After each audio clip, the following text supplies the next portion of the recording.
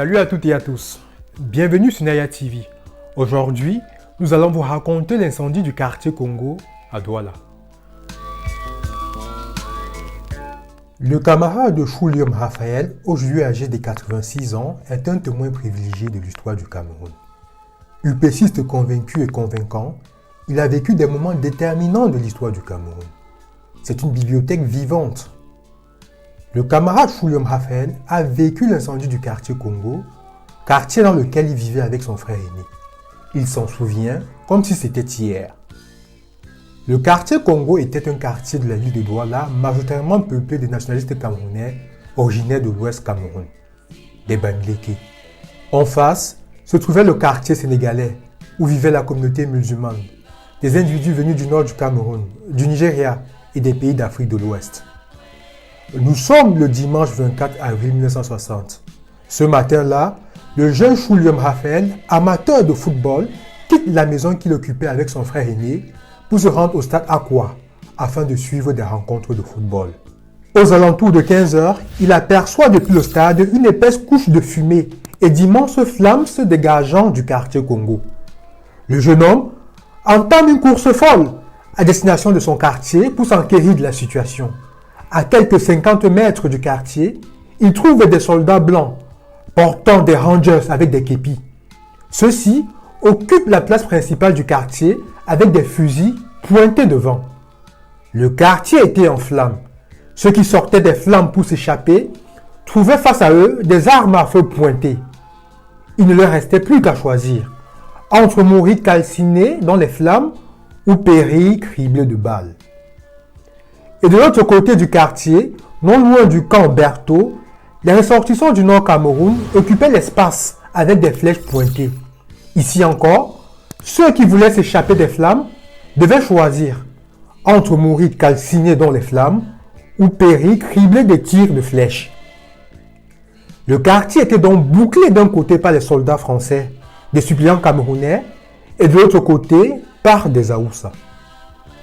Le jeune Choulium Raphaël, qui voulait s'approcher pour mieux observer la scène, est vigoureusement chassé par un Français. Des témoins affirment même avoir aperçu un hélicoptère survoler le quartier, y déversant un liquide inflammable. La majorité des constructions du quartier étant en carabote, cela va favoriser l'incendie du quartier. Cet incendie criminel fera des milliers de morts. Le bilan exact n'a jamais été établi à ce jour. Papa Choulium Raphaël a survécu parce qu'il était allé ce matin-là au stade de Aqua. Son frère aîné a survécu parce qu'il était sorti très tôt ce matin-là. Les voisins et autres riverains du quartier n'ont pas eu cette même chance, puisqu'ils ont péri dans les flammes pour certains et criblés de balles ou de flèches pour d'autres. C'était un triste spectacle. Papa Choulium Raphaël se souvient encore du quartier entièrement calciné et rasé et des corps carbonisés. Était rasé. Je vous dis que le quartier était construit en carbone. À l'époque, il n'y avait pas de maison en plus comme nous avons aujourd'hui. Ça a été rasé, brûlé, tout. Ce jour-là, le jeune Choulium Raphaël se rend à l'hôpital à Quintigny et va y découvrir des scènes surréalistes. Il y trouve un camion militaire dans lequel les brûlés du quartier Congo étaient entassés afin d'être jetés dans des cours d'eau. Ces souvenirs morbides ne le quittent plus. Depuis plusieurs années, il y pense encore.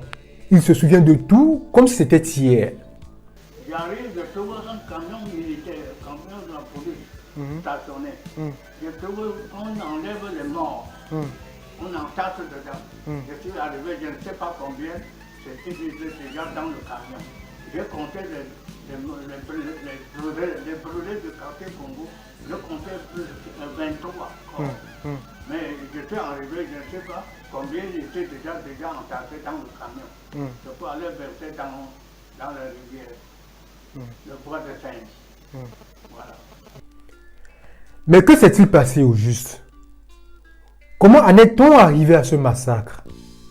Cet incendie survient après des élections locales à libre candidature. Caché, Le candidat des musulmans était soutenu par le BDC d'Amadou Ahidjo et du docteur Louis-Paul Ouvoula. Ndefo Sébastien se déclare candidat de l'UPC, l'Union des populations du Cameroun, et remporte haut la main les élections. Ce qui ne plut pas aux musulmans soutenus par les colons. Il s'ensuit des heurts entre les Haoussa du quartier musulman, aussi appelé quartier Haoussa, et les habitants du quartier Congo. Le vendredi 22 avril, des combattants de l'ALNK, Armée de libération nationale camerounaise, assassinent un Haoussa soupçonné de collaboration active avec l'ennemi. Le même jour, l'ALNK blesse un Européen et brise les vitres de plusieurs magasins français, dont Monoprix, Frigate, la Boucherie du Sceau, les Champs-Élysées, la Belle France. Les populations sont manipulées et les Bamileke sont présentés aux Haoussa comme étant ceux-là qui voudraient arracher le pouvoir entre les mains de leur frère Amadou Ahidjo. La suite sera tragique, comme le raconte l'historien Eno Meyomese.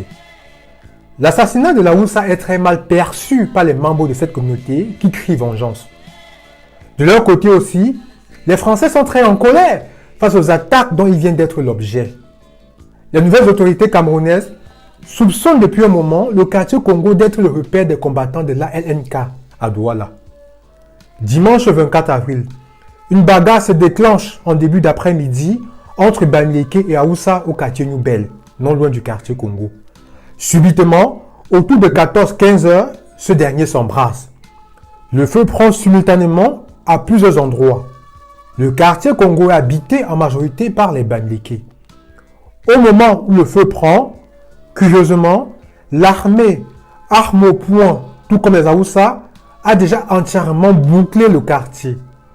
On assiste alors à des scènes d'apocalypse. Des personnes surprises par le feu et qui tentent de s'en échapper. Elles sont abattues froidement, soit par des militaires, soit par les Haoussa, armés de leurs arcs et de flèches. Lorsque le feu prend fin vers 17 h, il ne reste plus rien des baraquements de ce quartier. Et le nombre de morts par le feu se dispute avec celui par les balles et par les flèches. Les statistiques officielles font état de 5000 personnes sans abri. S'il y a eu tant de sans-abri, à combien pourrait s'élever le nombre de morts? Tu sors de feu, tu veux fuir, tu trouves l'arme pointée. Tu choisis soit d'affronter l'arme ou bien de retourner au feu. C'est comme ça que beaucoup ont fait. En effet, le quartier fut encerclé par l'armée et leurs complices Haoussa pour empêcher aux habitants de sortir. Ceux qui s'y osaient étaient froidement abattus à coups d'armes à feu, avec des lances et des flèches empoisonnées ou de machettes offertes par des commerçants expatriés. Dans l'impossibilité de sortir de cette zone de flamme, des hommes, femmes et enfants plongeaient dans des puits profonds et s'y noyaient. C'était l'horreur. Sur les lieux, on aperçut le terrible Jean Fauchivé, le préfet Nseke, le lieutenant Bouba Kaïlé, les policiers Manga et Milo. Certains ont affirmé avoir vu ce jour des hélicoptères canadiens pilotés par des militaires français déverser du carburant pour attiser les flammes. Amadou Ahidjo viendra à Douala lui-même en personne pour calmer les esprits. Traumatisé par cet événement, le préfet Guillaume Seke fut évacué en France pour cause de maladie. Aucun préfet camerounais ne souhaitait venir à Douala. Jean Fauchivé fut chargé, sur proposition du ministre Ndoya Aruna, d'occuper les fonctions de préfet du Vouri par intérim, cumulativement avec celle de coordinateur de la police. L'icône de la musique camerounaise, Chantal Ali Maston, a perdu plusieurs membres de sa famille dans cet incendie. Son père, sa mère, sa sœur, son frère fut brûlé au quartier Congo cet après-midi-là et sous ses yeux.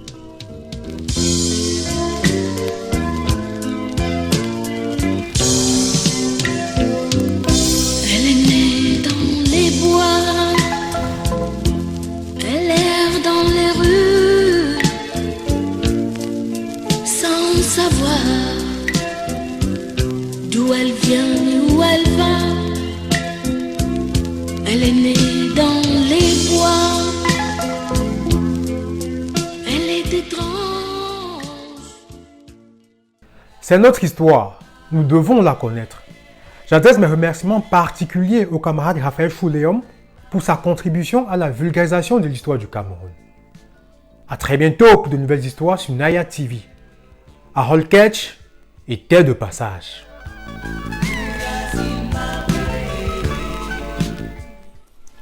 À très bientôt.